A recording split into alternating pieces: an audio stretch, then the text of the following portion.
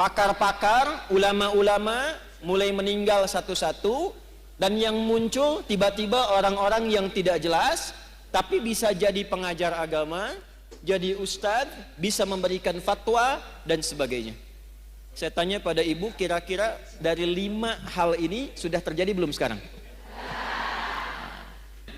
Ketika masalahnya makin banyak, pertentangannya makin rumit, kadang sulit dibedakan mana yang asli, mana yang palsu, bagaimana cara kita selamat melewati masa itu, sehingga apapun tugas yang kita jalani dalam kehidupan, ibu sebagai istri, sebagai ibu rumah tangga, mungkin juga berkarir dan sebagainya, bagaimana menjalani pekerjaan dengan selamat dan kembali kepada Allah dengan bahagia dan mendapatkan rahmat Allah Subhanahu wa ta'ala.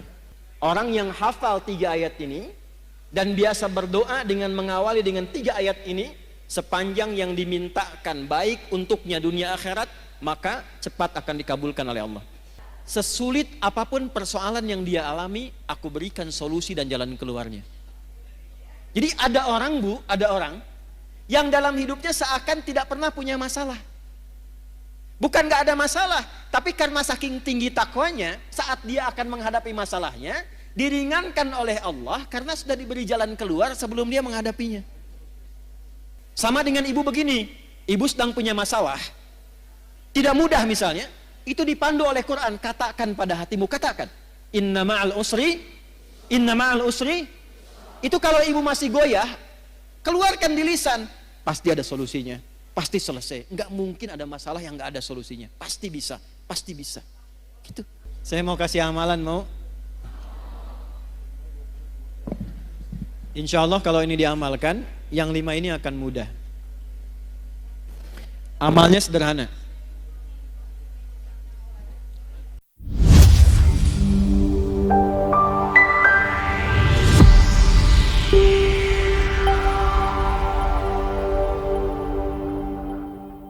Qala Rasulullah sallallahu alaihi wasallam. Untuk menyingkat, saya langsung sanadnya kepada Rasulullah sallallahu alaihi wasallam. Yushiku alla taquma as-sa'atu hatta tadhhara al-fitanu wa yakthura al-kadhibu wa yuqbada al-ilmu wa tataqarabu al-aswaqu wa yakthura al-kadhibu. Paham? Tidak. Nanti di perjalanan waktu berganti akan muncul keadaan ganti umat sampai ke ujung dunia berakhir. Sebelum menuju itu, kata Nabi, ada satu keadaan, kondisi yang ditandai di masa itu dengan 1, tadharal fitanu, banyaknya fitnah tersebar.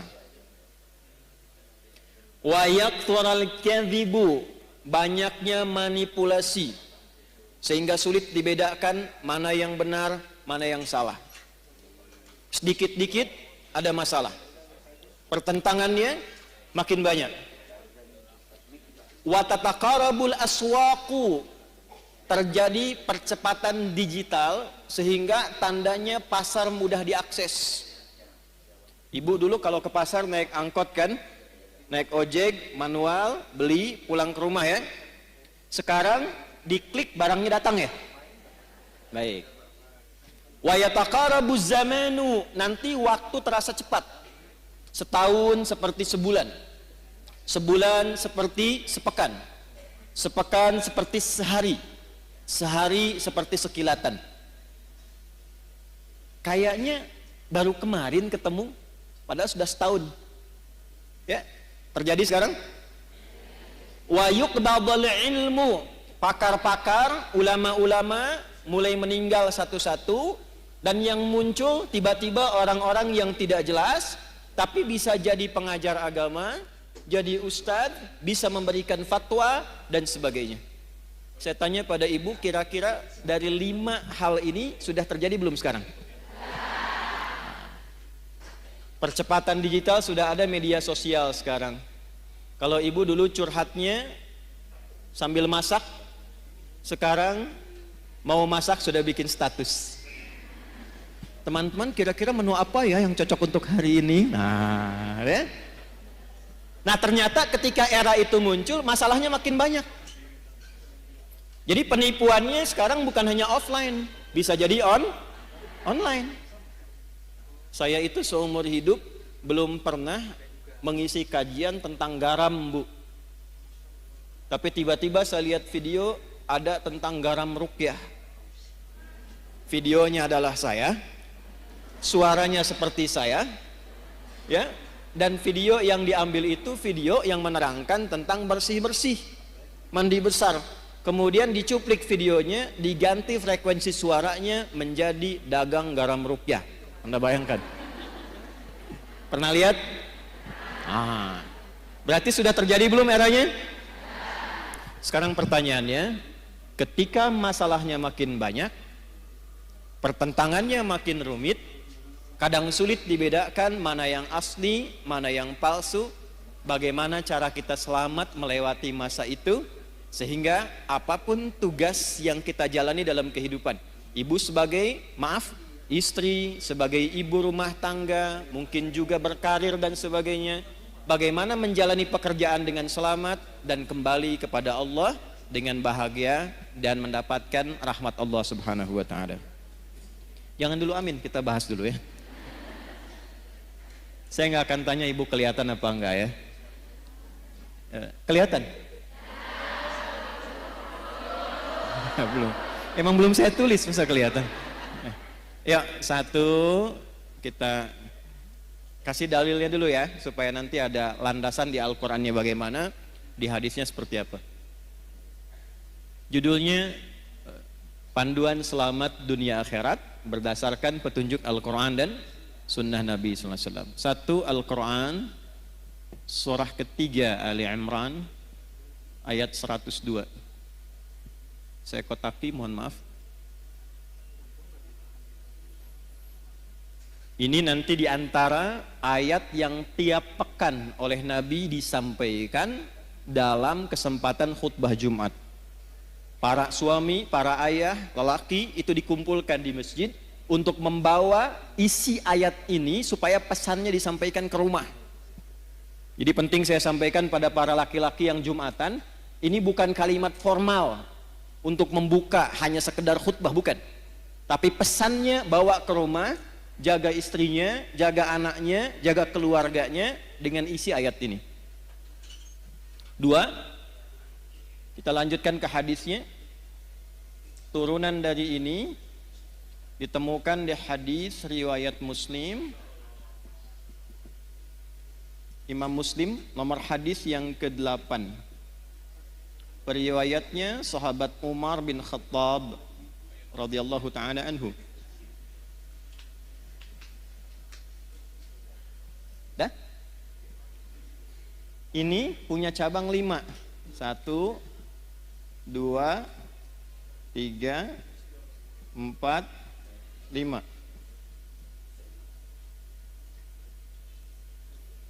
Cabang yang pertama, dalil Qur'annya surah ke-47 ayat 19. Turunannya surah paling favorit di muka bumi, Quran surah ke-112 Al-Ikhlas.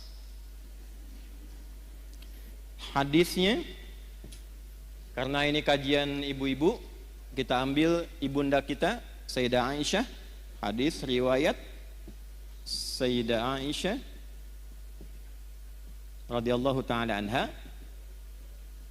didokumentasikan oleh Imam Al-Bukhari dalam kitab sahihnya nomor hadis 7375. Riwayat yang kedua dari sahabat Abu Sa'id Al-Khudri.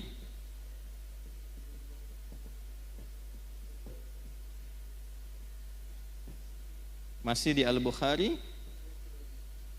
Ini sudah saya cek ya Bu ya, insya Allah betul. Nomor hadis 7374.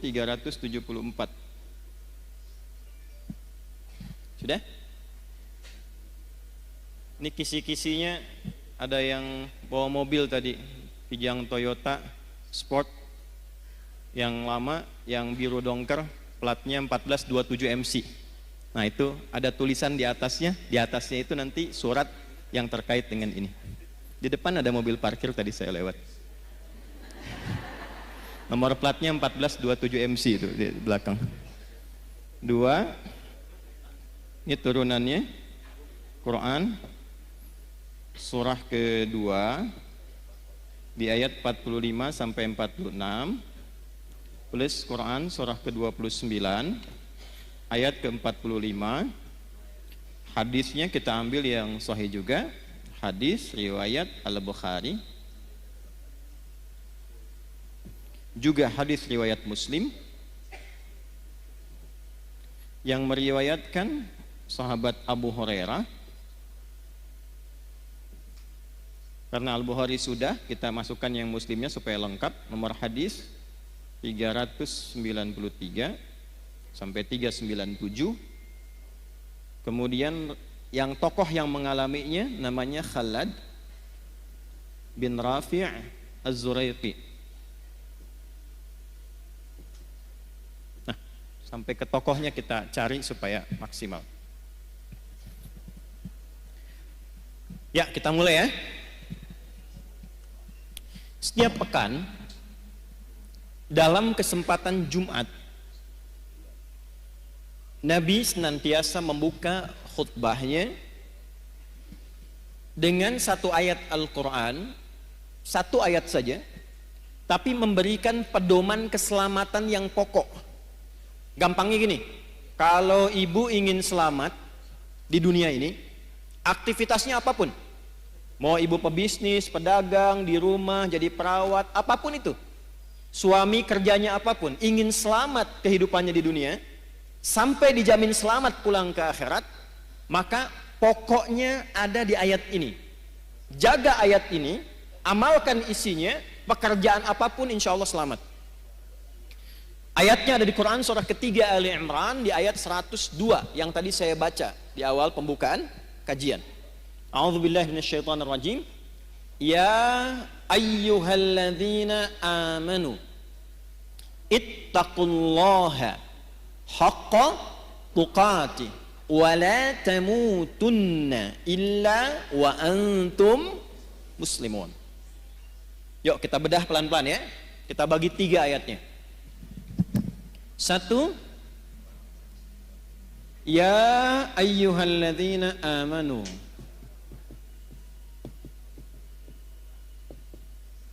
2, ittaqullaha haqqa tuqati.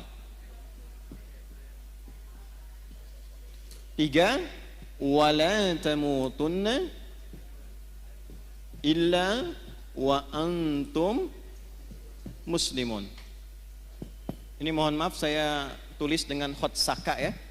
Kan khot itu ada khot nasakh, thuluth, ada ruk'ah, ada farisi. Nah ini jenisnya khot saka, khot paling kontemporer. Saka itu singkatan, saka hoyong, supaya cepat. Ya ayyuhalladzina amanu. Mau dibahas singkat atau dibahas detil? Oke. Ya, disebutkan 361 kali dalam Al-Quran. Fungsinya untuk memanggil, harfun nida. Nah, huruf memanggil itu di bahasa Arab ada 14. Ada a, ada ya, ada aya, ada wa, dan seterusnya. Tapi di Al-Quran yang disebutkan ibu, penting ini catat, itu hanya 1 dari 14 ini. Ini qadarullah kajian kami yang terakhir di disertasinya membahas tentang kajian gramatikal Quran 30 juz dari Al-Fatihah sampai An-Nas. Nah, ya ini satu-satunya huruf panggilan yang disebutkan dalam Al-Quran. Ternyata rahasianya yaitu memiliki fungsi, memiliki dan mewakili seluruh fungsi huruf-huruf nida yang lain. Misal, huruf nida itu huruf panggilan, Bu. Ya, ibu nida, ibu panggilan. Dipanggil suami, panggil anaknya dan sebagainya. Ya, memanggil yang dekat. Ya, memanggil yang menengah. Ya, memanggil yang jauh. Ya, bisa untuk minta tolong. Ibu sedang tawaf, Tiba-tiba misalnya ada kondisi tertentu, kejepit, terus minta tolong, ibu tinggal panggil dengan satu huruf, ya, nengok semua tuh, ya, yang dekat, yang menengah, yang jauh. Nidaul qarib, nidaul mutawassit, nidaul ba'id. Pelan-pelan. Ayyuha disebutkan 150 kali dalam Al-Quran. Ayyunya namanya munada kalau di ilmu nahwu, berfungsi menguatkan hukum. Haknya namanya hak tanbih, berfungsi mengingatkan. Nanti sampai sini belum paham, kalau sudah kita terangkan jelas baru mengerti. Alladzina disebutkan 1080 kali dalam Al-Quran. Ini namanya konjungsi, kata sambung, isim mausul, tapi menunjuk pada objek, orangnya tanpa kecuali, siapapun. Mau laki-laki, mau perempuan, berapapun usianya, siapakah dia, besar, kecil, tua, muda, apakah dia diberikan kekuatan dengan kedudukan, harta melimpah atau orang biasa, semua tanpa kecuali. Jadi kalau ada ayat Quran dibuka dengan kata alladzina amanu, artinya Allah tidak membedakan siapapun sepanjang dia merasa punya iman. Yuk kita terjemahkan dengan ilmu tadi. Ya ayyuhalladzina amanu, hei semua yang masih merasa punya iman dalam dirinya. Aku tidak melihat apakah engkau merasa kaya, orang biasa, punya kedudukan, laki-laki kah, perempuan kah, besar kah, kecil kah, tua kah, muda kah, ulama kah, orang biasa kah, sepanjang engkau merasa punya iman kepadaku, dimanapun kau berada. Apakah engkau merasa dekat, menengah, atau engkau sedang berada di tempat yang jauh, sepanjang engkau merasa punya iman, aku tegaskan, aku ingatkan, aku tegaskan, aku ingatkan. Nah, kalau tahu begitu beda kan ya ngajinya ya. Ibu kalau menemukan kalimat seperti itu di Quran, artinya kita sedang disentuh langsung oleh Allah. Allah nggak lihat status kita, nggak lihat status sosial, tidak melihat status berkehidupannya, apakah berkeluarga atau belum. Yang penting merasa punya iman. Ingat ya Bu ya, ingat baik-baik ini. Saya berikan satu rahasia penting di dalam pembuka ayat ini, tapi ini diantara kita saja. Kalau ada ayat dibuka dengan kata iman, itu artinya informasi yang disampaikan di ayat ini menentukan kadar keimanan kita. Apakah iman kita betul-betul sedang kuat, lemah, atau berada di tengah-tengah. Nanti yang menentukan kalimat setelahnya, ya ayyuhalladzina amanu. Karena itu para sahabat kalau mendengar ayat turun di Quran dengan kalimat iman, ya ayyuhalladzina amanu, mereka akan datang dengan gembira dan mengatakan sami'na wa ata'na. Kami mendengarkan ya Allah ya Rasulullah, dan kami akan menaati apapun yang disampaikan oleh Allah untuk membuktikan keimanan kami pada Allah dan Rasulnya. Nah, jadi sahabat dulu seperti itu. Ya, di antara ayat paling favorit bagi Nabi itu Al-Baqarah ayat 284 sampai 285. Orang yang hafal 3 ayat ini dan biasa berdoa dengan mengawali dengan 3 ayat ini, sepanjang yang dimintakan baik untuknya dunia akhirat, maka cepat akan dikabulkan oleh Allah. Itu ada di hadis. Ya, lillahi ma fis samawati wa ma fil ard. Sampai ayat 286, la yukallifullahu nafsan illa usaha. Sekarang lihat ayat ke-285-nya. Amanar rasulu bima unzila ilaihi mir rabbih wal mu'minun, itu ini. Kullun amana billahi wa malaikatihi wa terus baina ahadim wa qalu. Nah, itu poinnya. Ghufranaka rabbana wa ilaikal wa qalu sami'na wa ata'na. Jadi sahabat itu kalau ada ayat turun dengan ya ayyuhalladzina amanu, mereka senang karena masih diaku oleh Allah. Bu, ini saya kasih gambaran Bu ya. Ibu kalau diaku anak oleh orang tua senang tidak? Ibu kalau diaku teman sama orang yang berpengaruh senang tidak? Ibu kalau bilang, presiden bilang begini, ini teman saya tuh, senang tidak? Senang. Kalau ada tokoh yang ibu senangi, terus bilang sama ibu, itu teman saya tuh, senang tidak? Sekarang Allah mengakui keimanan kita, kita dianggap sebagai hamba Allah. Dan dikatakan, ya ayyuhalladzina amanu, hei hamba-hambaku yang yakin punya iman kepadaku. Ibu senang tidak? Masa? Bukti senangnya apa? Dulu sahabat itu kalau ayatnya turun, ya ayyuhalladzina amanu, mereka langsung wajahnya gembira. Karena tahu imannya di aku hamba sama Allah tuh. Terus nunggu, ya Allah perintah apa? Sami'na, kami akan mendengarkan dengan fokus, wa ata'na, setelah kami dengar, kami akan amalkan, kami taati. Jadi bukan sami'na wa nanyaina. Kami dengar, kami klarifikasi dulu gitu ya. Nah, sahabat tidak begitu. Nah, sekarang ini poinnya. Jadi di sini ada ukuran iman, bahasa kerennya parameter iman.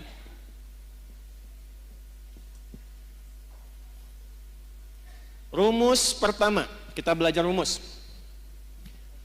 Kalau ibu ingin mengukur keadaan imannya, ingin tahu nih, sedang kuat, biasa-biasa, atau sedang lemah, ibu keluarkan semua ayat di Quran yang ada kata iman di awalnya.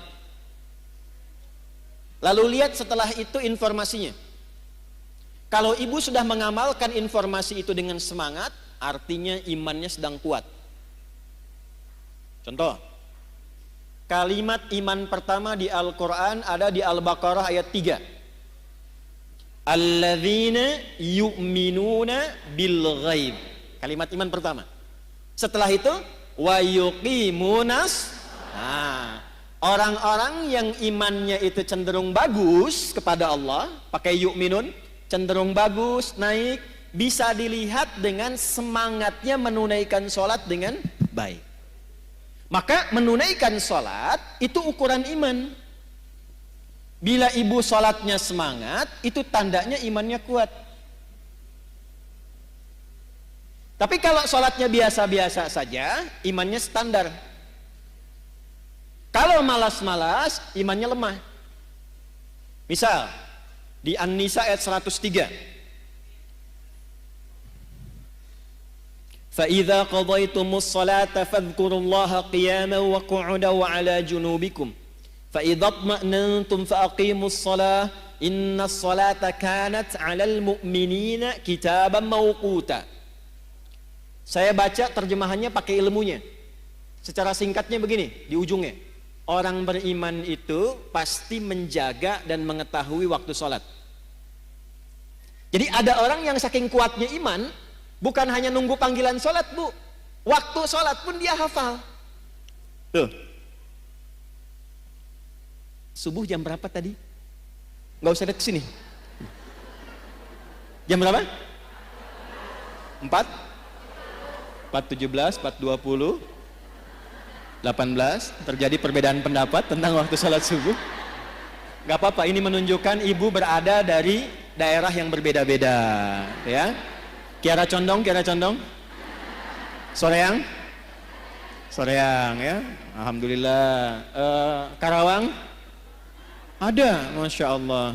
Bekasi, baik ya. Bekasi memang agak jauh dikit. Nih, kita ambil tengah-tengah subuh 4:18 misal. WIB, waktu Indonesia bagian Bandung. Adzan di Istiqamah. Allahu Akbar, Allahu Akbar. Ibu dengar 4:18. Begitu ibu dengar adzan, ibu langsung siap-siap. Dipanggil sholat, langsung siap-siap. Nah, ini menunjukkan imannya ibu itu standar. Nah, belum kuat. Awas, hati-hati. Suami ibu kerja di kantor jam 7 masuknya, datang jam 7, standar tidak? Standar. Kalau suami ibu datang jam 6, nah itu melebihi standar istimewa. Dipanggil 4:18, ibu sadar dan siap-siap 4:18, standar tidak? Standar. Belum kuat.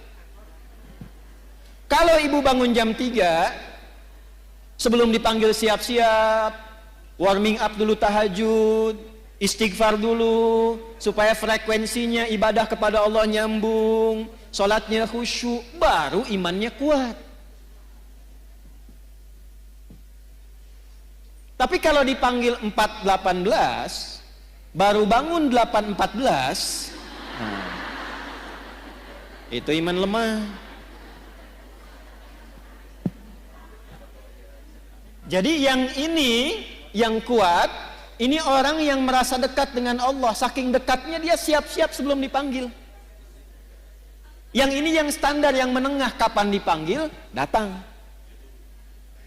Yang ini udah dipanggil-panggil masih ngitung, dah qomat belum? Duhurnya masih lama. Ini. Sehingga merasa agak jauh jaraknya. Ya ayyuhalladzina amanu, ya-nya berfungsi. Hei, baik engkau yang merasa dekat denganku, yang biasa-biasa, ataupun yang merasa jauh dariku, sepanjang engkau masih merasa punya iman, aku tetap mengakui engkau sebagai seorang hamba. Amalkan amalan ini. Kalau diamalkan, yang imannya lemah bisa kuat, yang biasa-biasa bisa semakin dekat dengan Allah, dan yang sudah dekat akan menjadi kualitas iman yang istimewa. Jelas sampai sini? Jadi kalau ibu menemukan kalimat di Quran, ya ayyuhalladzina amanu, setelah itu ada kalimat, ada informasi, amalkan isinya, karena isi ayat itu sejatinya ingin mendidik kita supaya membangun hubungan lebih kuat dengan Allah Subhanahu wa taala. Itu maksudnya. 2, ini saya kotaki. Ibu tanya, bagaimana cara saya meningkatkan iman ya Allah? Saya ingin naik standar dari yang biasa-biasa, naik ke iman yang lebih kuat. Saya ingin iman saya yang terlihat sekarang lemah, sehingga rapuh, ada masalah juga, sering pesimis, ada tekanan cepat jatuh. Saya ingin menguatkan diri saya supaya lebih dekat denganmu ya Allah. Bagaimana caranya? Maka Al-Quran tidak berhenti dengan hanya menyampaikan informasi, tingkatkan imanmu. Diteruskan dengan panduan, kalau engkau ingin meningkatkan imanmu, ingin membangun kedekatan lebih dengan Allah, maka caranya ittaqullaha haqqa. Ini rumus selamatnya yang ini, Bu. Tingkatkan takwa. Ini rumus selamat dunia akhirat.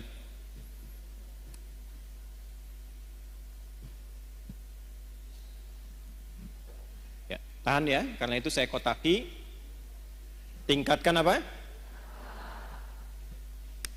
Pelan-pelan. Jadi kalau ibu bertanya, apa rumus selamat dunia akhirat dalam Al-Quran dan hadis? Bahasa Qurannya sederhana, tingkatkan takwa secara serius dan benar. Tingkatkan takwa secara serius dan benar.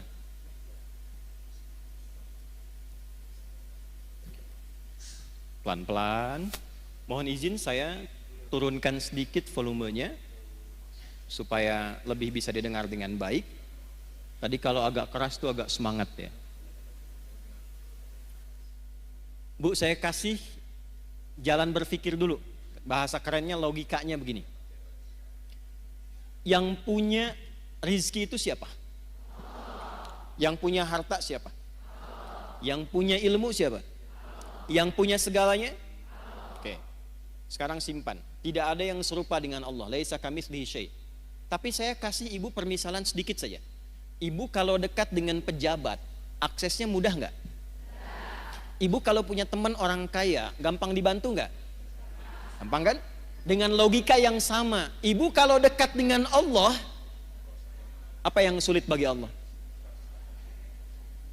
Nah, ini jarang dipakai, Bu. Ada persoalan, kenapa tidak dikembalikan ke Allah? Ingin sesuatu, kenapa tidak meminta ke Allah? Yang kita butuhkan sekarang itu bukan materinya, bukan kedudukannya. Yang membuat bahagia itu seringkali bukan karena materi berlimpah, bukan. Yang sejatinya membuat kita lebih bahagia itu ada ketenangan dalam jiwa.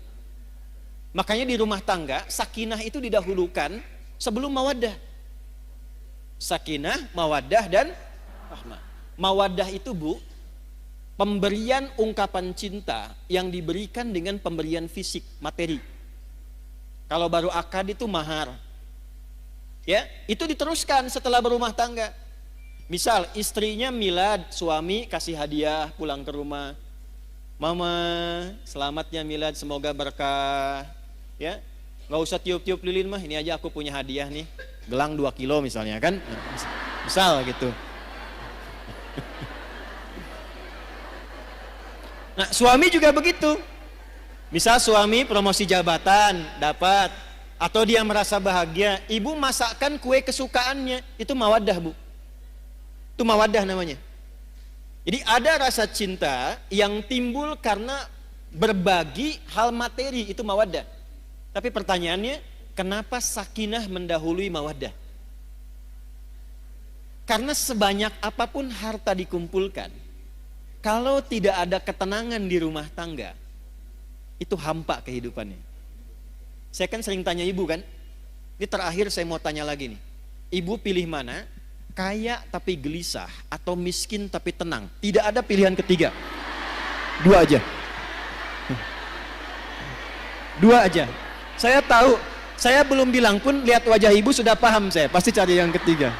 Kaya tapi gelisah atau miskin tapi tenang?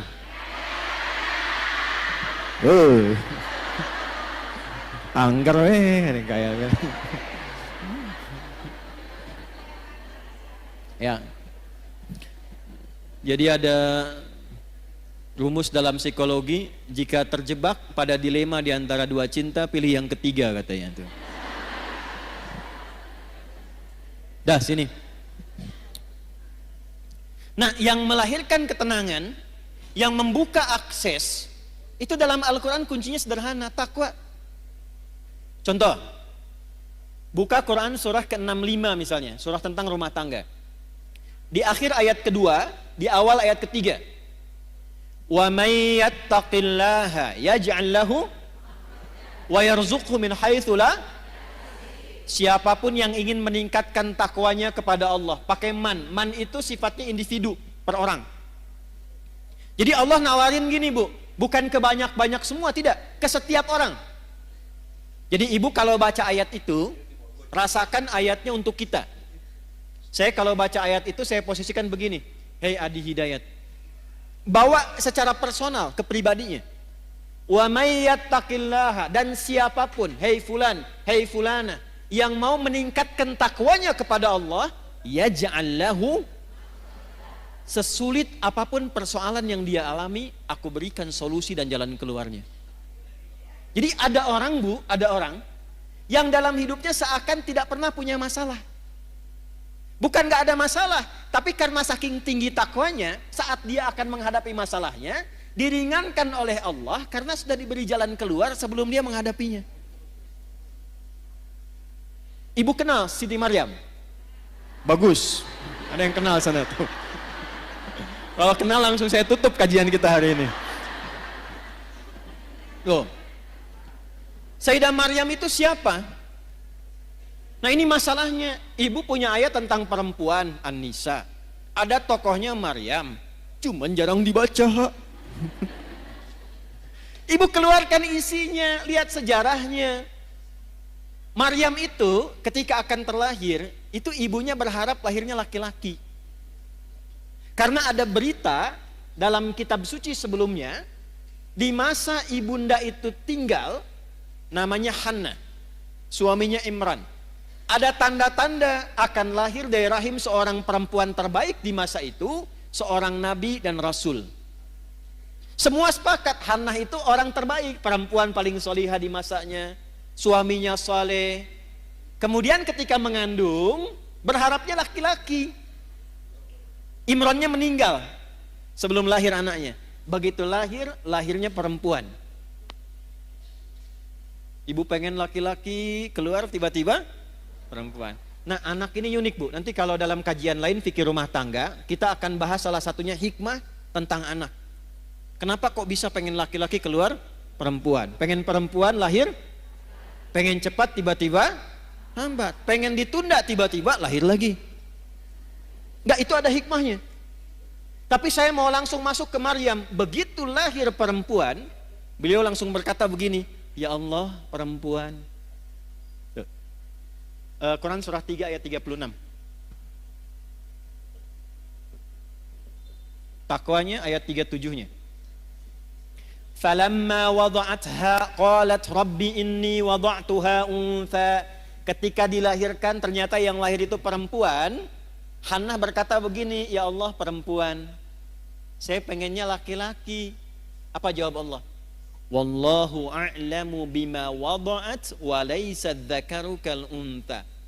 Allah lebih mengetahui hikmah, rahasia di balik kelahiran setiap anak. Kamu jangan simpulkan perempuan seperti pikiranmu. Perempuan pun punya keistimewaan yang tidak dimiliki laki-laki. Coba ibu sepanjang berkehidupan pernah menemukan gak keistimewaan yang dimaksud di ayat ini apa? Ibu tuh istimewa, Bu. Nanti Pak, pas pengajian bapak-bapak saya bahas yang laki-laki, Pak, tenang. Enggak, saya katakan gini, ini ayat turun saat perempuan tuh direndahkan, Bu. Ya, direndahkan, dianggap bahkan tidak sempurna. Ada ibadah di satu keyakinan, kalau isinya masih perempuan belum bisa berlangsung. Ada disamakan dengan sosok yang sangat tidak baik dan sebagainya. Jadi saat perempuan direndahkan, Islam datang dengan ajaran mengangkat derajat perempuan dan mengatakan perempuan punya keistimewaan yang tidak dimiliki laki-laki. Lalu wa inni sammaituha Maryam, diberi namalah anak perempuan itu dengan nama apa? Maryam. Yang mau saya katakan bukan Maryamnya. Yang mau saya katakan hal pertama yang dilakukan oleh ibunda Maryam, Hannah, itu melatih Maryam supaya membangun kedekatan lebih dengan Allah. Jadi yang diajarkan pertama kali, Bu, ya, yang disiapkan itu bukan bagaimana nanti bajunya, bagaimana popoknya, bagaimana seluruh fasilitas dunianya. Ya, kalau didapati kan era sekarang, walau tidak semuanya, kalau mau lahiran kan banyak disiapkan itu perlengkapan lahirannya kan. Pernah nggak terfikir ketika anak ini lahir, yang terfikir pertama bagaimana anak saya ini bisa dekat dengan Allah? Itu dulu. Bagaimana anak saya yang lahir kenal Allah? Sehingga ketika dia dekat, hisab saya ringan di hadapan Allah, saya pulang. Itu poinnya. Berapa di antara ibu muslimah yang ketika mengandung dan melahirkan memiliki cara berpikir seperti ini? Ketika lahir, yang dia pikirkan bagaimana anak saya bisa kenal dengan Allah. Sekarang ibu lihat apa yang terjadi. Ketika anak ini didekatkan dengan Allah bahkan sejak dalam kandungan. Ayat 35-nya itu sudah didekatkan dengan Allah, Bu, dalam kandungannya. Idh qalat imra'atu Imran rabbi inni nadhartu laka ma fi batni muharraran fataqabbal minni. Ketika istrinya Imran memberikan inspirasi kepada perempuan-perempuan di muka bumi, para muslimah. Ketika beliau mengandung, beliau dekatkan anaknya dengan Allah dan mengatakan, ya Allah, saya bernazar ketika dia lahir, anak ini akan saya dekatkan denganmu. Maka di era Nabi dicontohkan dari kandungan, sudah berdoa, turun Quran surah 7 ayat 189. Dalam kandungan suami istri mulai berdoa, suaminya cari yang halal, istrinya banyak sholat, banyak baca Quran. Jadi ketika lahir itu sudah ada bekal-bekal awal supaya kenal Allah. Maka apa yang terjadi? Begitu anaknya lahir, wa inni sammaituha Maryam, diberi nama sesuai harapannya. Nama itu penting, Bu. Misal ibu pengen punya anak yang ahli Quran. Ibu kasih nama misalnya kalau ahlinya itu sampai paham, Ahmad Faqihul Quran misal. Di situ ada doa. Oh, saya pengen anak saya yang kedua dekat dengan Nabi. Ibu beri nama misalnya Amelia Habibatul Mustafa. Aku harapkan anak ini tumbuh jadi kekasihnya Nabi. Dicari ketika lahir, berikan nama sesuai dengan harapan yang ibu inginkan. Maryam di antara maknanya, di antaranya sosok yang menjaga diri, sehingga dengan penjagaan itu ia selalu dekat dengan Allah. Yang Allah senangi dikerjakan, kalau Allah nggak suka dia tinggalkan. Yang Allah inginkan dia ikuti. Allah nggak suka, dia jauhi. Itu Maryam namanya. Maka ibu itu menyiapkan fasilitas untuk menempa anaknya supaya dekat dengan Allah. Maka dimintakan kepada pamannya yang seorang nabi namanya Zakaria untuk dibimbing anaknya, dibuatkan tempat namanya mihrab. Di tempat itulah dididik anak itu supaya meningkatkan takwa kepada Allah. Ibu lihat apa yang terjadi. Sebelum anak itu membutuhkannya, Allah sudah kirimkan seluruh kebutuhannya. Fataqabbalaha rabbuha biqabulin hasani wa ambataha nabatan hasana. Perhatikan, ini poinnya. Kalau ada seorang ibu, ayah, suami istri, dia menyiapkan anaknya supaya dekat dengan Allah sejak dini, maka Allah yang akan merawatnya sampai dia tumbuh berkembang. Merawat tuh maksudnya memperhatikan dia, menjaga dia, mengalirkan kebutuhan dengan baik. Wa kafalaha Zakaria, tapi tetap mesti ada ikhtiar. Jangan ibu biarkan dari awal, ya Allah, saya sudah bacain dia Yasin, Al-Kahfi, Baqarahan, Anisaan, sekarang terserah engkau ya Allah. Nggak bisa begitu. Cari sekolah yang baik, cari orang baik untuk ngajar, ustadznya cari. Nanti dengan ikhtiar itu turunlah rizki dari Allah. Wa kafalaha Zakaria, perhatikan. Kullama dakhala 'alaiha Zakaria al-mihraba wajada 'indaha rizqa. Setiap Nabi Zakaria ingin memberikan kebutuhan Maryam, mau ngantarkan makanan, ngantarkan bebuahan, ngantarkan pakaian, sudah ada di mihrabnya Maryam, Bu. Mau ngantar buah, buahnya sudah ada. Kalau musim anggur ada anggur, wajar. Ini musim jeruk, bukan musim anggur, tapi ada anggur. Nanya, Zakaria tuh nanya, pamannya alaihissalam. Nanya ini untuk mengkonfirmasi ketakwaannya kepada Allah. Tahu, ini anugerah Allah tahu, tapi untuk menguji, saya ngajar dia berhasil nggak? Dia kenal Allah tidak? Maka ditanya oleh pamannya, ya Maryamu anna laki hadza. Maryam dari mana semua ini? Perhatikan jawabannya. Anak yang dikenalkan dengan Allah sejak dini, maka yang keluar di lisannya kalimat-kalimat yang menyucikan Allah. Subhanallah, alhamdulillah, Allahu akbar. Maka apa yang keluar di lisan Maryam? Qalat huwa min indillah. Paman, semua ini anugerah Allah.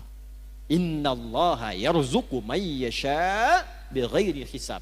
Allah akan mengalirkan rizki pada hamba yang dikehendakinya tanpa batasan. Siapa hamba yang dikehendaki di sini? Yang meningkatkan takwa. Ini.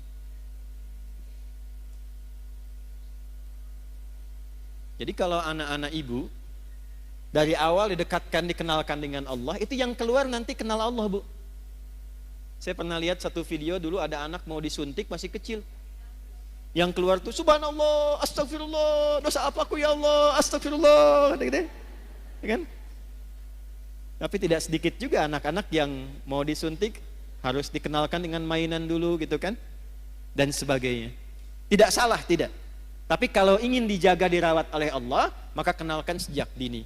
Maka Bapak Ibu, Bapak tuh ada Bapak di sana, Ibu di sini, supaya terbawa juga suasananya.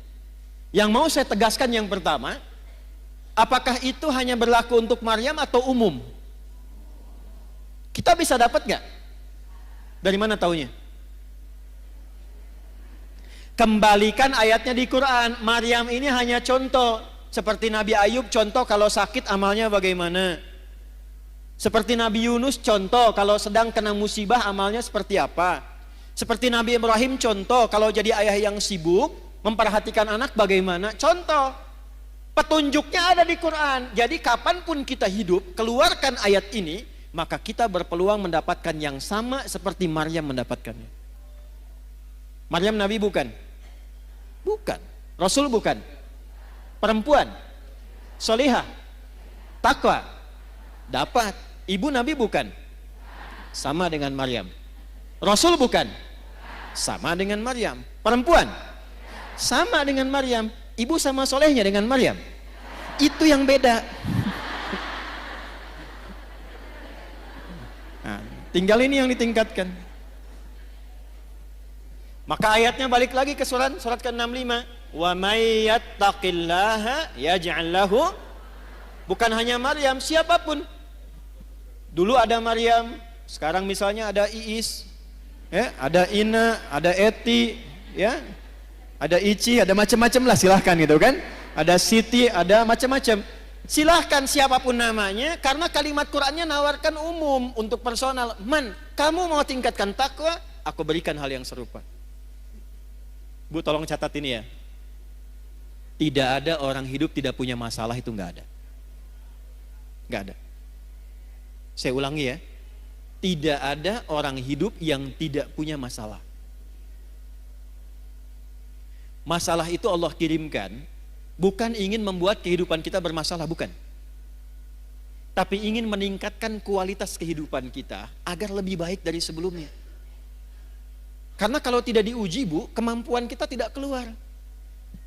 Anak-anak ibu yang sekolah itu, ada ujian nggak?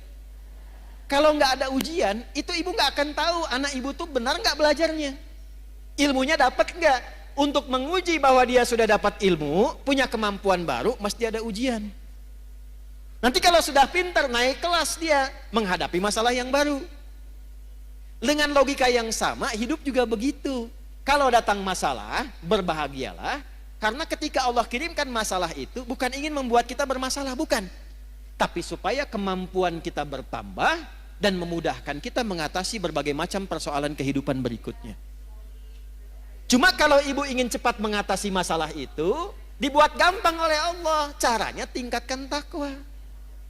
Sehingga setiap masalah yang datang, sebelum datang diringankan dulu oleh Allah. Seakan-akan gak ada masalah. Ustadz juga sama, Bu, punya masalah. Serius. Bahkan masalahnya kadang itu lebih banyak dari ibu.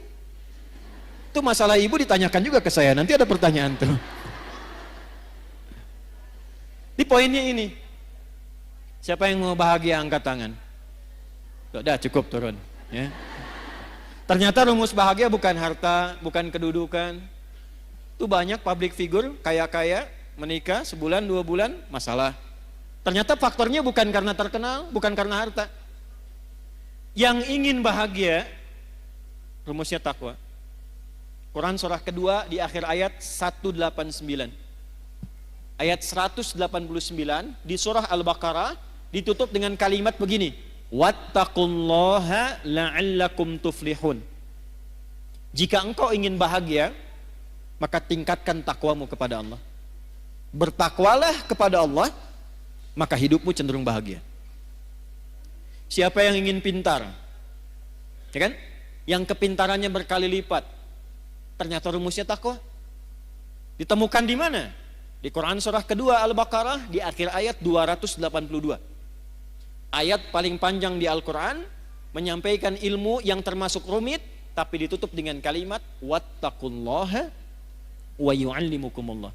Engkau tingkatkan takwamu kepada Allah, Allah tambahkan dan ajarkan pengetahuan-pengetahuan yang mudah. Ini kuncinya.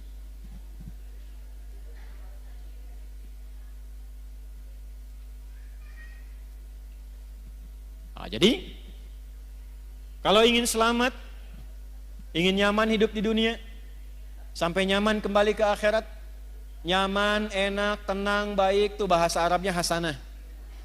Ibu hasanah, ibu yang nyaman, tenang, baik, ya. Nah, jadi kalau cerewet tinggal bilang ibu hasanah loh gitu. Cerewet pada yang baik boleh, ya. Rabbana atina fid dunya wa fil akhirati wa qina. Itu rumusnya. Takwa. Jelas sampai sini? Sekarang pertanyaannya begini, kalau saya ingin meningkatkan takwa, caranya bagaimana? Kan tadi ingin selamat, meningkatkan iman, caranya dengan apa? Ingin meningkatkan takwa, caranya bagaimana? Maka Al-Quran langsung memberikan petunjuk, udah gak usah banyak-banyak, gak usah pusing-pusing, fokus pada yang 5 ini saja. Ada berapa caranya? Yang 5 ini, ibu tolong bikin tabel. Tabel tuh bagan begini ibu ya. Ini nih. Bikin kotak. Terus sama ibu di sini kasih nomor bu. 2, 3, 4, 5. 1, 2, 3, 4, 5. Sudah? Ini tuliskan amalnya. Nomor, amal, ini checklistnya. Buat di apa bahasa soreangnya, dicontreng, ya. Nah, gitulah. Lihat sini. Saya ingin meningkatkan iman, caranya dengan takwa. Dengan takwa hidup saya mudah, dengan takwa hidup saya nyaman, dengan takwa insya Allah terjamin selamat dunia akhirat. Bagaimana cara meningkatkan takwa? Bagian ketiga ini. Wala tamutunna illa wa antum. Wawunya pakai ataf. Dan jagalah takwa ini sepanjang engkau hidup. Jangan sampai engkau wafat kecuali engkau menjaga takwa ini. Bagaimana cara menjaganya ya Allah? Wa antum muslimun. Jagalah 5 pokok yang takwa sebagai seorang muslim. Di terjemahan diartikan kecuali engkau menjadi seorang apa? Muslim. Muslim itu artinya orang yang mengamalkan Islam. Saya ulangi. Muslim itu artinya orang yang mengamalkan apa? Ibu senang bahasa Arab gak? Kenapa pelan suaranya? Kalau enggak, jawab aja. Enggak, gitu. Enggak apa-apa, Bu. Enggak harus pelan-pelan. Ya, jawab Bu ya, jawab. Kecuali kalau akad nikah diam bisa. Ya, kalau ibu dilamar, anak ibu misalnya ya, dilamar, diam. Itu harus pastikan Bu. Diam itu tanda setuju. Kalau tidak setuju, jawab. Karena kaidah usul fikihnya mengatakan begini, as-sukutu alamatu heeh. Diam itu tanda setuju. Ya. Nah, kalau pertanyaan begini disampaikan, nah kita tinggal gambarkan saja kecenderungannya kemana untuk diulas. Ibu senang bahasa Arab gak? Gini, kalau ada 4 huruf, misal Islam, maka kalau kita mau bentuk jadi orang, tinggal tambah mu depannya sebelum akhirnya i. Islam orangnya muslim, iman orangnya mukmin, ikhlas orangnya mukhlis, ihsan orangnya rumusnya MUI, MUI, Islam, MUI, Muslim, iman, mukmin, ihsan, baik, ikhlas. Jelas ya? Tapi kalau katanya begini, O atau A tinggal tambah ah di ujungnya. Tak. Misal, laki-laki mau jadiin perempuan, tinggal tambahkan tak ah di ujungnya. Muslim perempuannya, nah, mukmin, nah, soim, nah.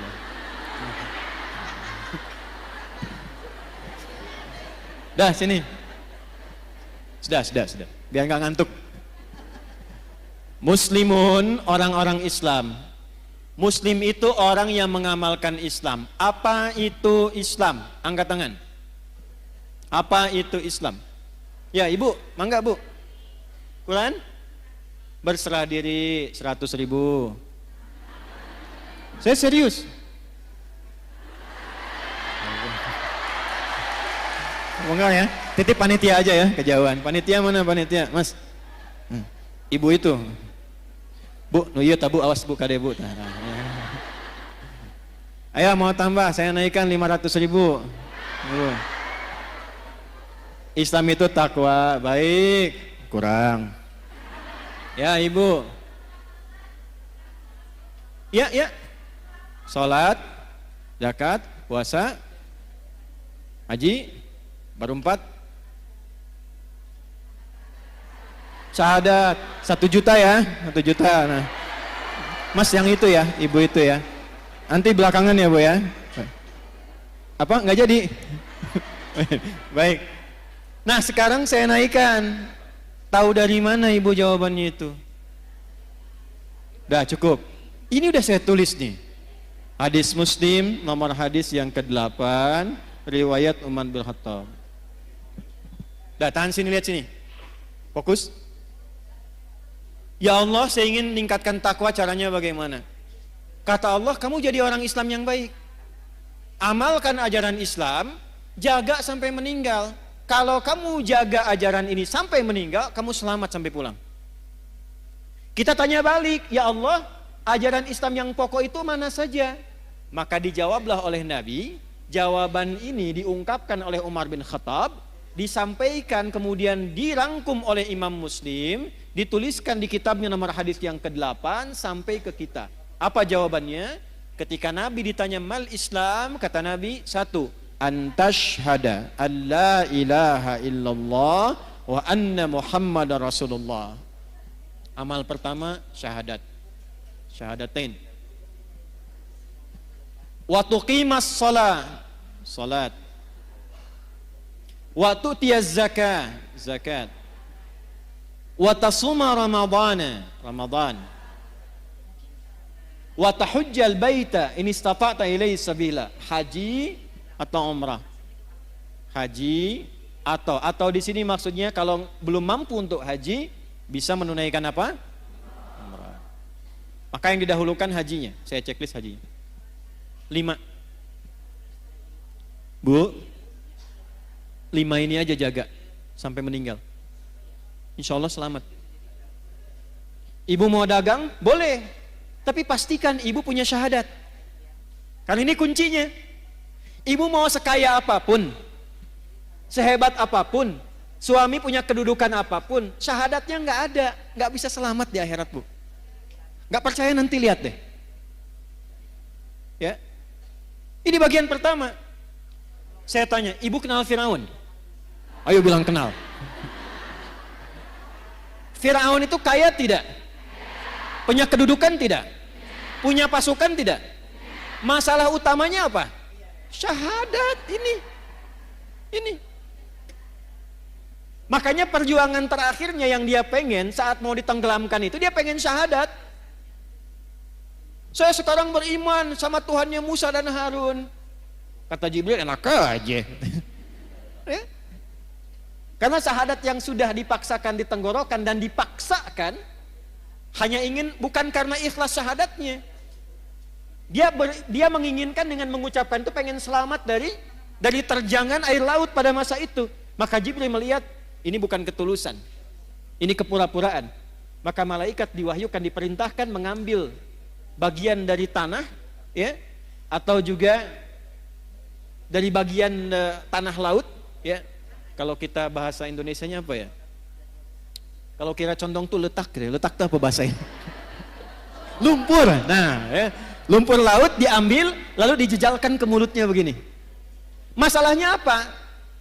Yang dia cari syahadatnya. Ya, jangan dikira kekuatan, jangan dikira harta benda, jangan dikira kehebatan. Yang tampil di dunia itu bisa membawa keselamatan di akhirat, belum tentu. Ini yang pertama. Jadi sekarang ibu lakukan apa? Yang ibu lakukan, keluarkan semua anggota keluarga, tulis siapa aja di sini. 1, 2, 3, 4, 5. Yang ke atas siapa? Yang ke bawah siapa? Yang ke kanan siapa saja? Ke kiri siapa saja? Ayahnya, ibunya, suami, istri, anaknya, sampai ke bawah. Cek. Yang pertama, yang harus dipastikan, ini ada enggak?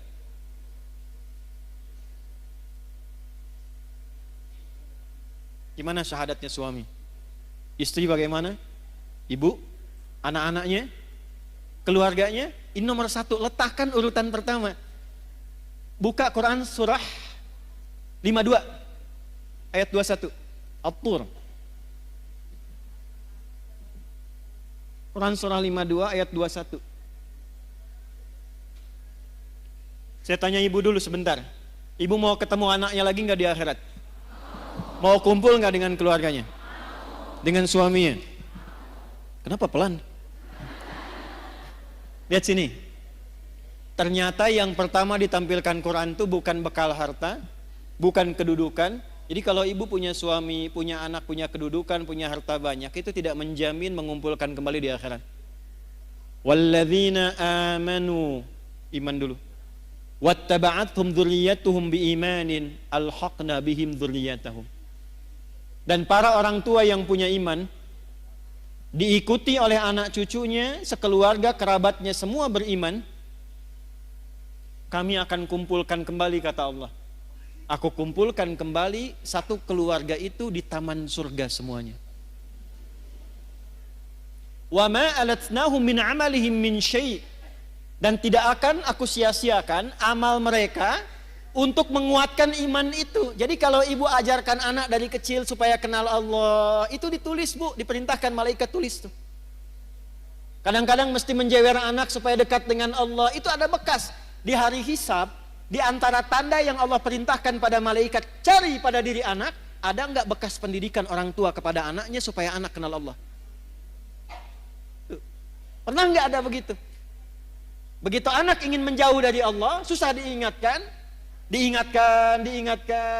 Ibu belai misalnya begini nak, itu bekas belayannya itu nanti akan jadi tanda di yaumil hisab. Dulu saya kecil itu dijewer begini, kalau ngumpet ngaji. Maghrib TV mati, sembunyi dimanapun akan dicari. Saya pernah kecil ingin ngetes aja, dicari enggak? Saya sembunyi di bawah lemari asisten rumah tangga, saya masuk situ.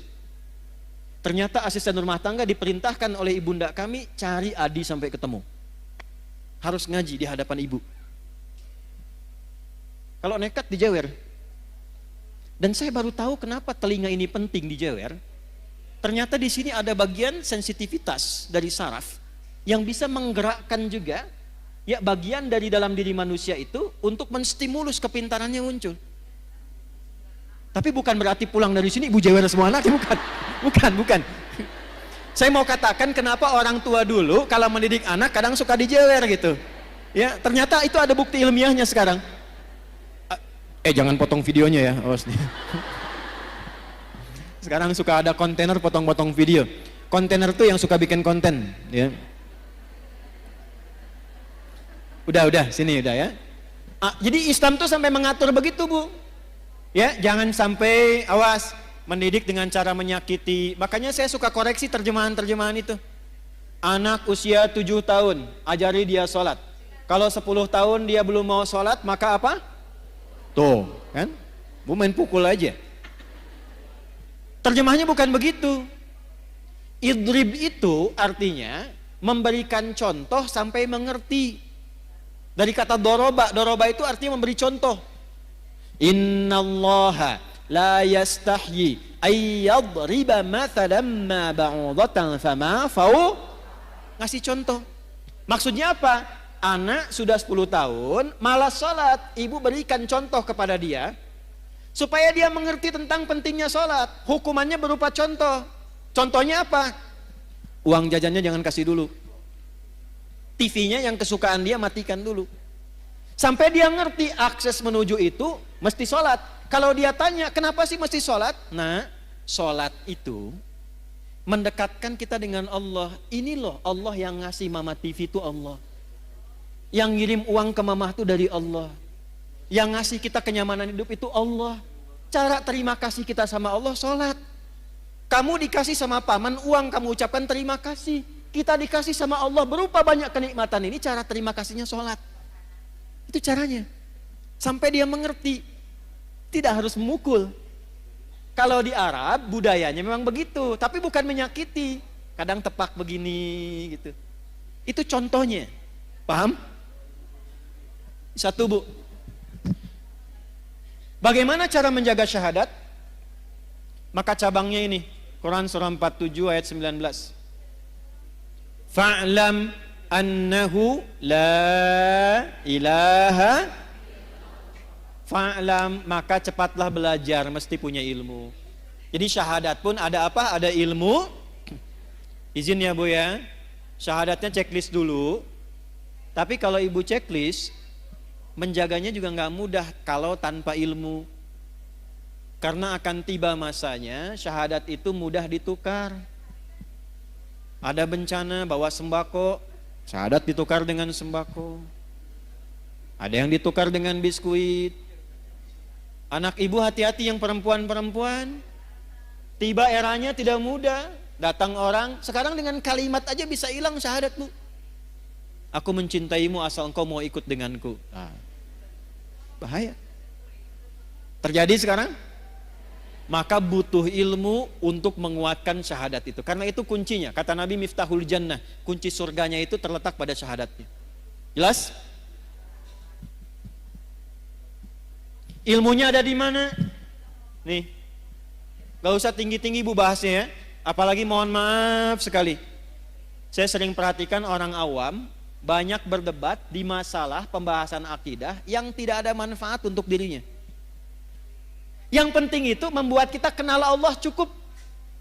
Gak usah terjebak dalam perdebatan ini bagaimana, itu bagaimana. Saya nggak ngerti, bahasan dulu para ulama diskusi, sekarang jadi konsumsi awam. Salahnya kadang-kadang sebagian kurang bisa menjaga.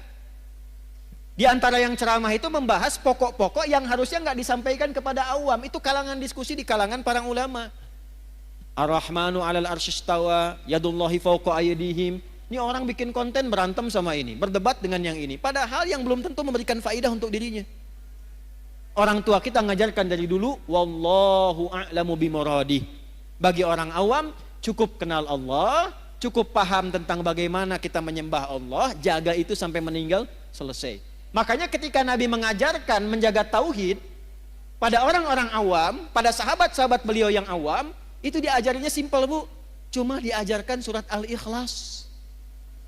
Satu di antara 3 surat Qul yang jadi favorit umat akhir zaman. Qul huwallahu ahad, Qul a'udzu birabbil falaq, Qul a'udzu birabbin.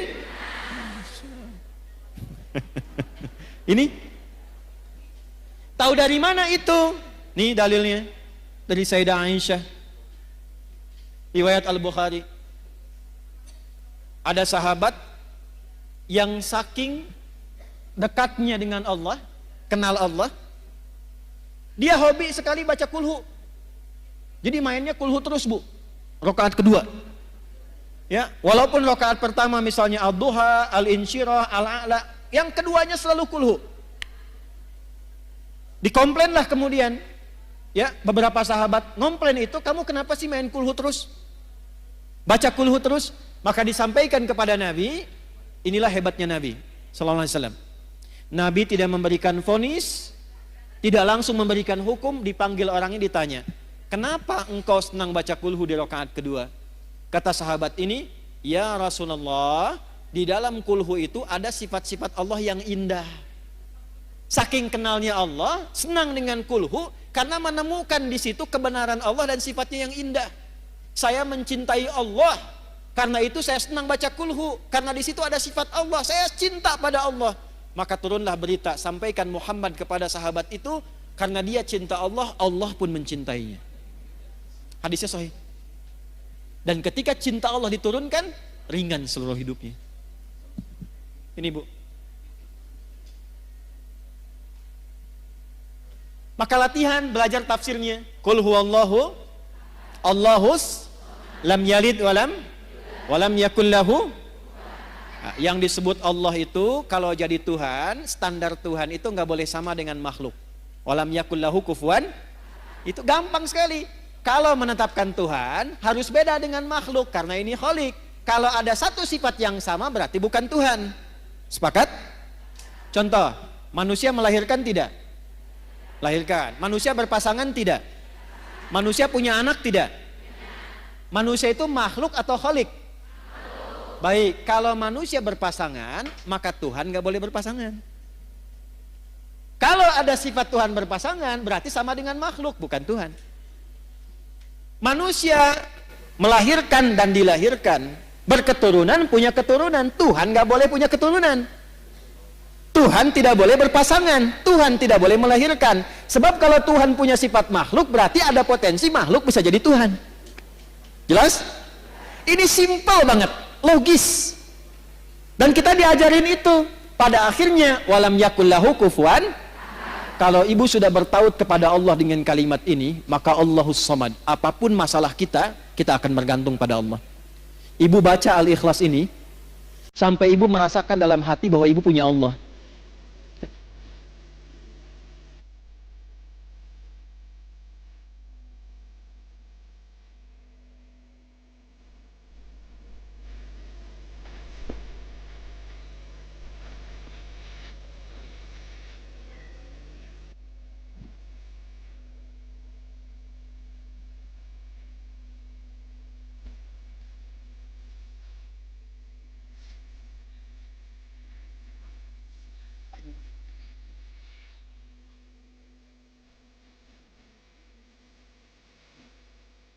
Karena ini belum menancap pada kalbunya.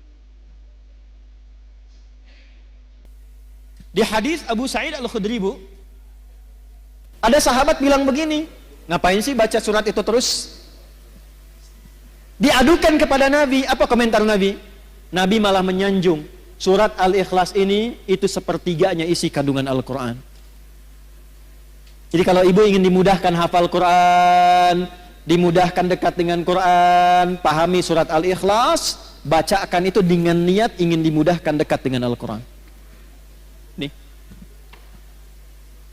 Ini cara menguatkan syahadat. Boleh dibawa kepada zikir, boleh. Makanya dalam sholat, setelah sholat itu salah satu yang dibaca itu selain ayat kursi itu Al-Ikhlas. Sebelum tidur Al-Ikhlas dibaca dengan Al-Falaq dan An-Nas. Maaf Bu ya, saya bukan ingin mengajarkan, hanya ingin mengingatkan. Cara bacanya jangan hanya keluar di lisan bunyi sampai tertanam di kolbu bahwa ibu merasa punya Allah. Qul huwallahu ahad. Sampai ibu merasa bisa nangis itu luar biasa tuh. Allahus samad. Ya Allah, aku ikrarkan dengan lisanku bahwa Engkaulah satu-satunya dan hanya satu Tuhan yang aku sembah dan ibadahi. Allahus samad, ya Allah, aku punya masalah dalam kehidupan, tapi aku punya keyakinan ketika aku gantungkan semua persoalan ini solusinya kepadamu, Engkau yang akan ringankan seluruh masalahku. Dan ketika ibu menyebut Allahus samad, rasakan masalah apa yang dimiliki. Dengan anakkah, dengan rumah tanggakah, kehidupan sosialkah. Lalu sandarkan semua kepada Allah. Lam yalid walam, Engkaulah Tuhan yang tunggal, yang hak, tidak beranak, tidak diperanakan. Satu-satunya Tuhan, ya Allah. Walam yakullahu, enggak ada yang pernah serupa denganmu. Kalau sudah aku ikrarkan seperti ini, aku bertuhan kepadamu, aku bergantung kepadamu, belum Engkau juga berikan solusi padaku, maka dengan cara apa lagi aku memohon kepadamu? Karena itu ketika Nabi lewat, ada sahabat mengatakan begini, Allahumma ushidu bi annaka antallah as-samad alladzi lam yalid wa lam yulad wa lam yakul lahu kufuwan ahad. Allahumma inni as'aluka an taghfira li. Ya Allah, aku bersaksi hanya Engkaulah Tuhanku satu-satunya, aku sembah, aku tuhankan. Aku gantungkan hidupmu kepadamu. Aku nyatakan Kau satu-satunya Tuhan yang tidak serupa dengan makhluk manapun, tidak beranak, tidak diperanakan. Aku tidak minta apapun, ya Allah. Dengan aku mengesahkanmu, aku hanya minta ampuni dosaku. Aku ingin jadi orang baik. Nabi lewat, lalu Nabi mengatakan begini, Fulan, tahukah engkau apa yang kau baru baca tadi? Orang ini berkata, ya Rasulullah, engkau yang paling tahu. Allah wa Rasuluhu alam. Allah dan Rasulnya yang paling tahu. Kata Nabi, engkau baru saja meminta kepada Allah dengan menyebut namanya yang paling agung, yang engkau kalau ucapkan itu, doamu akan selalu dijawab, permintaanmu tidak akan pernah tertolak. Itu hadisnya sahih. Hadisnya sahih. Dan Syekh Said Sabiq memasukkan hadis itu dalam pembahasan akidah ketika mengurai Al-Asmaul Husna di kitabnya Al-Aqaid Al-Islamiyah. Jadi kalau orang benar al-ikhlasnya, Bu, ini sampai ke dalam jiwanya, itu doanya mustajab, Bu. Karena dia merasa punya Allah. Tuh. Nah ini yang diminta ini udah nyambung belum sama Allah nih. Kadang lisannya kemana, hatinya kemana. Ibu baca subhanallah, satu kali belum nyambung, wajar. Dua kali belum connect, wajar. 33 kali belum nyambung, ibu mesti baca berapa kali lagi? Bu keluar dari sini ya, mie ayam, mie ayam, mie ayam, mie ayam, mie ayam, mie ayam, mie ayam, sampai 33 kali itu. Saya yakin sampai mau tidur ibu akan ingat mie ayam itu. Gak percaya silahkan. Mie ayam, mie ayam, mie ayam, mie ayam, mie ayam, 33 kali. Minimal ibu akan cari kan? Ibu tiap hari, Bu, subhanallah, subhanallah, subhanallah. Dari 33 ini, bagian keberapa yang sampai ke dalam hati? Ke-9, 10, 11? Alhamdulillah, alhamdulillah, alhamdulillah. Lisan ibu alhamdulillah, tapi tuntunan nikmat mintanya makin terus banyak. Sudah dikasih sepeda, minta motor. Dikasih motor, minta mobil lagi. Padahal baru alhamdulillah, sepeda saja belum pernah dibawa menunaikan sholat 5 waktu di masjid. Seringnya sepedaan, kadang dibawa sampai ke pulau lain, sepedaan dengan teman yang lain, belum pernah diantarkan jadi saksi di akhirat bahwa dia pernah mengantar orang ini sholat di masjid, pernah ikut pengajian, dan itu akan dihisab. Sepeda belum dipakai ibadah, sudah minta motor. Motor belum dipakai ibadah, sudah minta mobil. Kadang Allah tahan, bukan gak pengen ngasih. Fulan, pakai dulu ibadah supaya hisabmu ringan. Kan kamu baru bilang Alhamdulillah tadi. Itu. Allahu Akbar. 33 kali 5 tuh 165 dalam sehari. Allahu Akbar, Allahu Akbar, Allahu Akbar. Tapi masih kalah juga. Allahu Akbar, Allahu Akbar. Ayo cek ke masjid, ayo. Diskon, kewe sekedap. Nomor 2. Ini saya tanya serius nih. Ibu kalau ada pas sinetron Korea yang paling ibu senangi, pas waktunya azan, ibu tunda dulu sinetronnya untuk sholat, atau ibu tahan dulu tetap nonton, nanti sholatnya nomor 2? Ya, alhamdulillah. Checklist ya. Lihat sini. Ini materi itu sebetulnya sederhana, Bu. Cuman kedalamannya ini yang jarang diungkap. Maksud saya, checklist ini syahadaten formal iya, sampai ke dalam jiwa cek sudah belum? Latihan tiap hari. Nyambung lagi, cara melatih supaya ketika syahadat saya merasa punya Allah itu bagaimana? Lakukan seperti Nabi bimbing kita. Karena itu ada bagian keduanya. Wa asyhadu anna Muhammadan. Tanya ke Nabi, ya Rasulullah, gimana cara melatih syahadat? Wa tuqimas shalah. Jaga dalam sholat. Karena itu dalam sholat kita bersyahadat. Waktu tasyahud syahadat tidak? Salat dibuka dengan kalimat apa? Ya, kalimatnya apa? Allah. Waktu ibu mengucapkan Allahu Akbar, sudah kenal Allah belum? Tuh. Nih saya cek ya. Kalau sudah takbir baca apa? Iftitahnya bacaannya apa? Allahu Akbar kabira, walhamdulillah, subhanallahi bukratan. Kemudian baik. Selain yang wajah tuh ada lagi yang baca yang lain? Allahumma ba'id baini wa baina kama ba'adta bainal. Stop, saya kasih 2 contoh ini. Pernah nggak mencari bagaimana Nabi pernah mengamalkan doa iftitah itu setelah takbir? Ibu pernah belajar dan dengar tentang sahabat Abu Bakar kan? Baru takbir, itu saking merasanya punya Allah, itu langsung menangis bergetar, baru takbir. Sahabat Ali bin Abi Thalib baru adzan sudah bergetar, belum sholat, saking merasa punya Allah.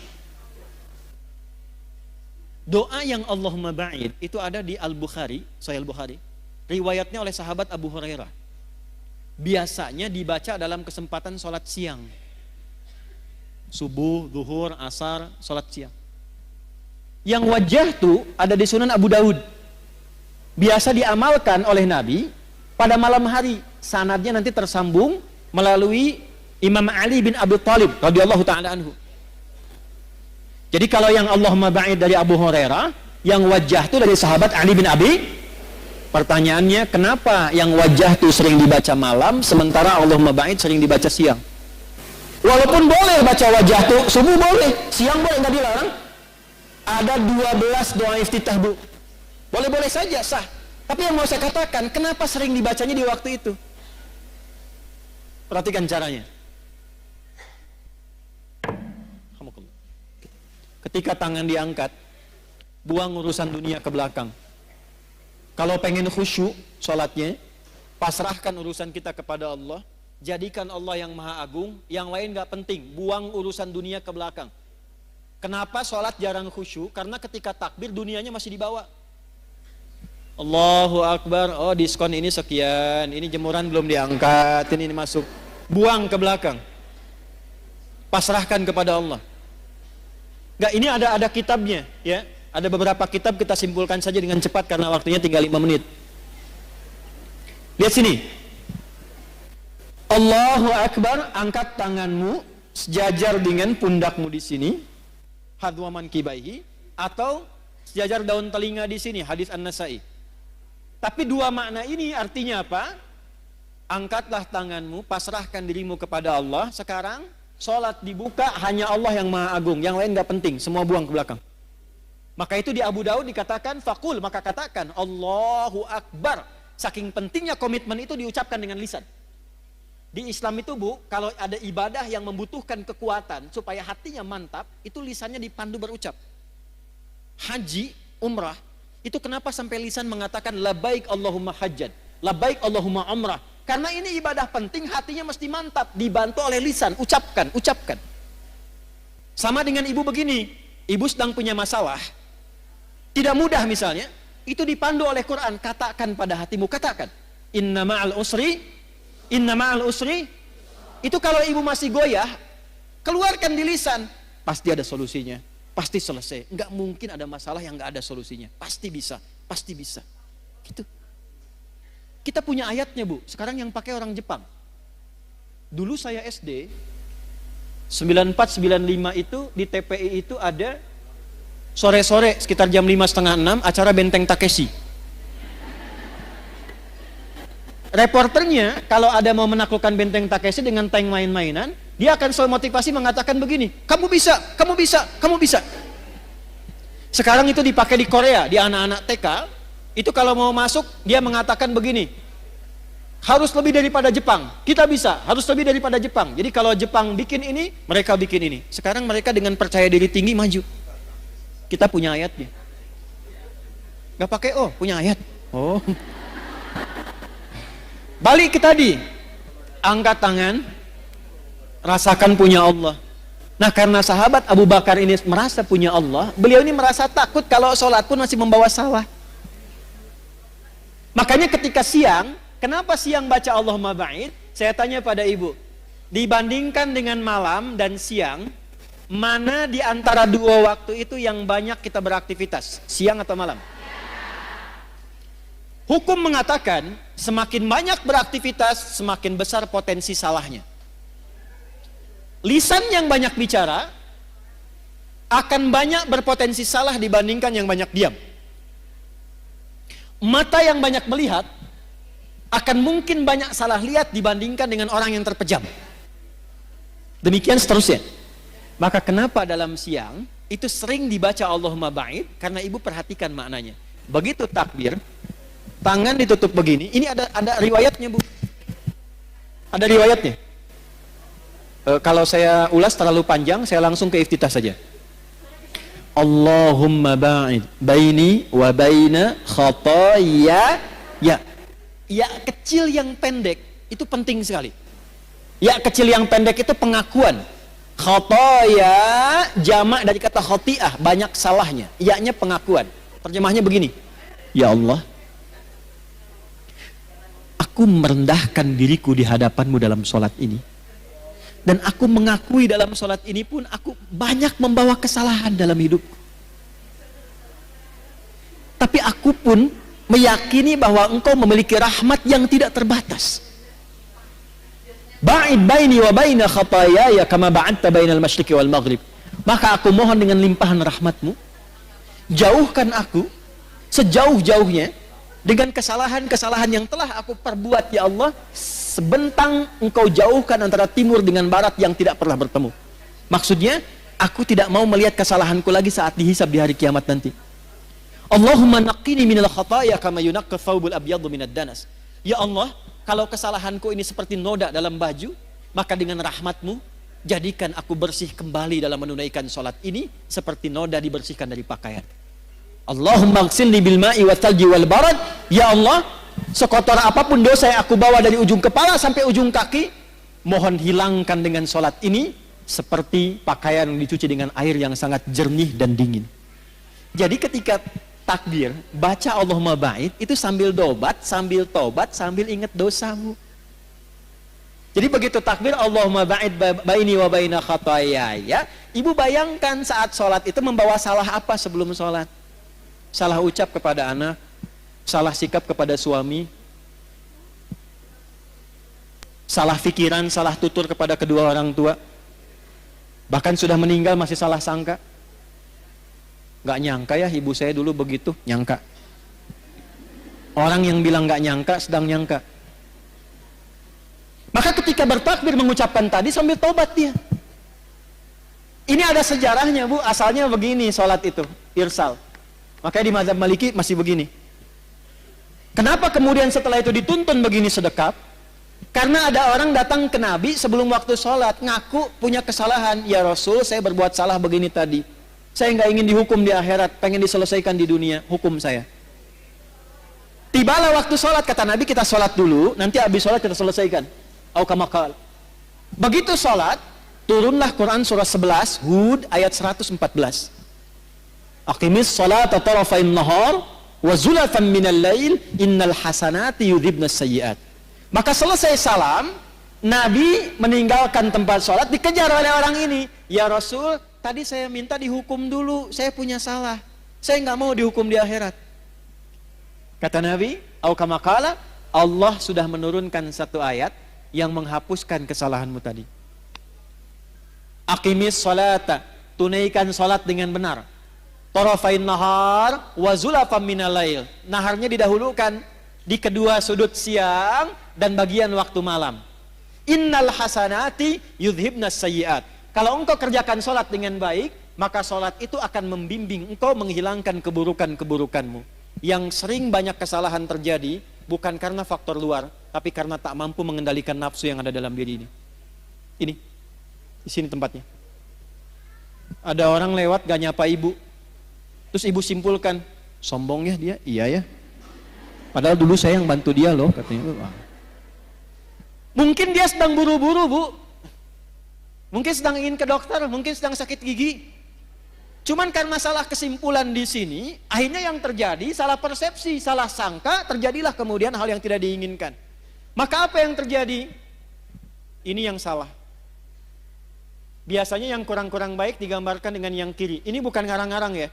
Ini ada ilmunya, ada kitabnya. Nadharat fi ma'ani shalah, asrarus shalah. Di antara kitab-kitab yang menuliskan tentang makna dalam gerakan dan bacaan salat. Kenapa kiri didahulukan begini?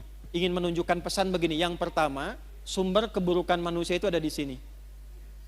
Kalau salah menjaga, seringkali berbuat salah digambarkan dengan yang kiri. Kalau engkau pernah berbuat salah, tutupi dengan kebaikan tangan kananmu dan jaga kehadiran hatimu ini supaya engkau jadi orang baik untuk selamanya.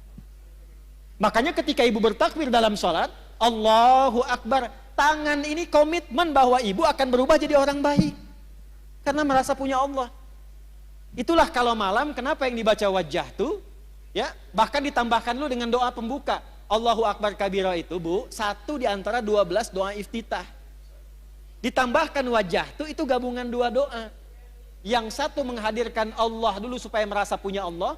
Allahu Akbar kabira, alhamdulillahi katsira, wa subhanallahi bukratan wa asila. Tertanamlah rasa punya Allah dalam hati dengan kalimat itu. Baru dibaca wajjahtu wajhiya lilladzi fataras samawati wal ard hanifan muslima wa ma ana minal musyrikin. Inna salati wa nusuki wa mahyaya wa mamati lillahi rabbil la syarika lah wa bidzalika umirtu wa ana awwalul muslimin. Perhatikan kalimatnya. Ya Allah, di keheningan malam ini aku pasrahkan diriku sepenuhnya padamu. Engkaulah Tuhanku. Kalau aku selama ini sholat, selama ini ibadah, aku selama ini hidup, perhatikan, atau engkau wafatkan aku di detik ini ya Allah, hamba pasrah. Lillahi rabbil alamin, hanya untukmu saja penguasa segala alam. Tapi bila engkau beri kesempatan aku hidup setelah sholat ini, aku ingin berjanji menjadi pribadi yang lebih baik dan tidak akan pernah musyrik selama hidup. Jadi wajah itu perjanjian kita kepada Allah dengan komitmen mengatakan, ya Allah, aku merasa punya Tuhan, engkaulah Tuhanku, karena aku bertuhan kepadamu, aku berjanji akan jadi orang baik dan menyiapkan bekal sebelum pulang kepadamu. Pernah nggak ada rasa itu sebelum kita sholat? Itu yang saya maksudkan checklist. Pentingnya ngaji itu. Jadi nggak usah bahas yang tinggi-tinggi yang nggak kita butuhkan dalam tanda petik. Ini aja dulu supaya selamat. Anak udah sholat belum? Sekolahnya bagus, bangunannya bagus, modern, bayarannya mahal, trennya bagus, tapi nggak bisa sholat. Coret bu. Untuk apa? Ibu yang ngandung dia, ibu yang melahirkan berjuang dengan kematian, ibu yang memberikan ASI, ibu yang dihisab. Terus ibu tempatkan anak itu di tempat yang tidak mengenal Tuhan, yang memudahkan ibu lahiran, memudahkan anak itu dalam kandungan. Terus ketika ibu meninggal, dia pun gak mampu menyolatkan ibu. Lantas untuk apa selama ini pengorbanan yang ibu lakukan? Ini penting saya katakan, karena saya pernah menangani kasus dulu di Jakarta. Awal-awal saya kembali dari Tripoli, tentang hukum anak meng-hire orang-orang lain untuk menyolatkan kedua orang tua yang meninggal, karena dia gak tahu cara nyolatkannya bagaimana. Pada sekolah tinggi sampai ke luar negeri. Tuh. Checklist bu, latihan dari kecil anak-anak. Dari kecil, kenalkan Allah. Zakat, punya cita-cita ya bu ya. Yang penting ibu bisa zakat selama hidup. Nggak harus ibu pikirkan banyaknya. 1000 alhamdulillah, 100 alhamdulillah. Niatkan selama hidup bisa zakat. Usaha. Kalau cuman pengen kaya, yang belum punya iman pun sudah banyak bu yang kaya. Itu bukan persaingan. Beda cara berpikirnya, saya ini dagang supaya saya bisa zakat. Karena saya punya Tuhan, namanya Allah. Saya pengen taatin Allah. Saya pengen bisa infak. Ya Allah beri kemampuan saya untuk zakat. Bulan ini 25 juta aja ya Allah. Zakat itu berapa persen? 2,5%. Jadi kalau ibu minta zakat 25 juta, ibu minta rezeki 1 miliar itu. Zakat. Walaupun 100 ribu, walaupun 100 rupiah. Maksud saya begini, ketika nanti dihisab di hari kiamat, dipanggil. Ibu Siti Aisyah, syahadat, checklist. Salat, checklist. Zakat, checklist. Nggak akan dilihat bu. Malaikat itu nggak senang gosip. Nggak ada kata malaikat, Ibu Aisyah cuma 100 ya, iya. Nggak ada. Yang ada itu cuma checklistnya. Zakat, checklist. Nggak akan dilihat berapa banyaknya. Kita pengen saat dipanggil dan disebutkan Iqra kitabak. Kafa binafsikal yauma 'alaika hasiba. Baca kitab hisabmu. Begitu dibaca, saya pernah zakat, alhamdulillah. Puasa aman karena tanpa modal. Ya kan? Aman. Yang belum aman itu masuk nggak ke waktu puasanya. Makanya banyak berdoa. Latihan, sekarang latihan puasa ya. Sehari latihan dulu. Kamis puasa lagi, nanti berhenti dulu. Sya'ban banyakin puasa sunnah. Rajab itu sehari, 2 hari, 3 hari, ya. Nanti Sya'ban tambahin banyak, jangan kebalik. Rajabnya dibanyakin, Sya'ban berhenti. Walaupun tidak salah, tapi kalau konsep Nabi nggak begitu. Kalau Rajab itu misalnya Senin puasa, nanti Kamis puasa lagi. Pekan depannya puasa lagi sehari. Kalau Sya'ban dibanyakin. Senin puasa, Selasa enggak, Rabu puasa, Kamis enggak, gitu kan? Nah, Jumat enggak lagi misal gitu kan, ya. Nanti Ramadan full. Checklist.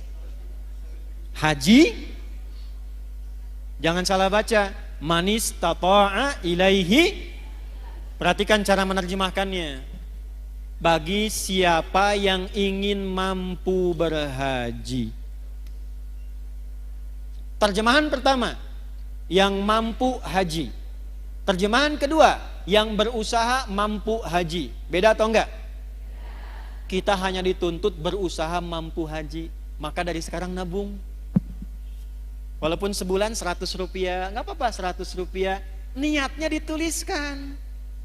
Dia tidak berhaji selama hidupnya, meninggal dunia sebelum haji. Tapi tabungannya tercatat niat hajinya. Maka ketika dihisab, fulana, dibuka kitabnya, Masya Allah, usahanya untuk berhaji, niatnya haji mengantarkan dia pada anugerah mabrur di sisi Allah, sekalipun dia belum berhaji. Niatnya jelas? Ini 5 ini bu, checklist ini aja. Cuman mohon maaf, nanti Sab Muslimah juga saya kasih arahan ya. Ibu dari pengajian-pengajian, yang 5 ini dalami, perdalam dengan topik pengajian. Jadi kalau pengajian bikin kurikulum supaya terarah ngajinya. Saya kan sering bilang pada ibu begini, ibu perempuan, lahir perempuan, tumbuh perempuan, sekarang pun masih perempuan. meninggal sebagai perempuan. Pernah nggak mengeluarkan ayat-ayat tentang perempuan dalam Al-Quran? Sebagai anak perempuan bagaimana? Sebagai istri perempuan tugasnya apa? Sebagai ibu bagaimana? Kalau jadi nenek seperti apa? Sampai meninggal, pernah nggak dikeluarkan? Sampai persiapan meninggalnya. Itu aja dulu. Nanti yang pokok dalami, sholat yang khusyuk bagaimana? Jaga syahadat bagaimana? Cara supaya kerjanya berkah, dapat harta, bisa dipakai zakat bagaimana? Ya sebentar. Waktu habis katanya. Ya, kemudian puasa dan cita-citakan haji. Jelas? Saya mau kasih amalan, mau? Insya Allah kalau ini diamalkan, yang 5 ini akan mudah. Amalnya sederhana. Usahakan tiap hari baca Al-Quran. Saya ulangi ya. Usahakan tiap hari baca Al-Quran, walaupun 1 ayat. Tapi jangan yang 1 ayat 1 huruf. Nun, lumayan. Usahakan ya. Yuk saya ajarkan doa. Ibu boleh rekam, atau yang gak sempat rekam, ini kan nanti direkam. Sekarang live gak? Live ya. Nah, nanti bisa potong dari sini doanya. Boleh diikuti juga. Allahumma ja'alni. Ulangi. Allahumma ja'alni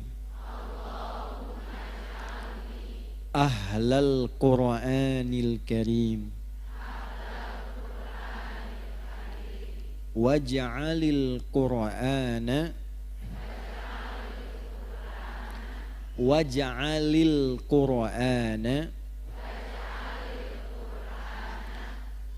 sahiban li fid dunya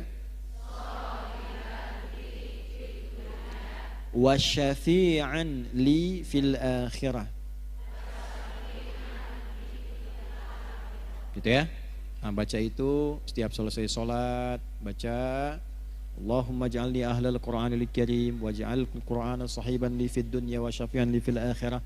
Insyaallah kalau doa itu dibaca dan kita rajin baca Quran tiap hari, apalagi berusaha menghafal Quran, insyaallah kita akan terjaga. Dan ini yang 5 akan dimudahkan. Yang 5 akan dimudahkan. Hidup di akhir zaman bukan tentang seberapa banyak yang kita ketahui, tetapi seberapa kuat kita berpegang pada petunjuk Allah dan Rasul-Nya ketika dunia semakin bising. Kebenaran terasa samar dan ujian datang dari berbagai arah. Al-Quran dan hadits tetap menjadi kompas yang menuntun langkah kita. Jangan biarkan hati kita lalai oleh hiruk-pikuk zaman.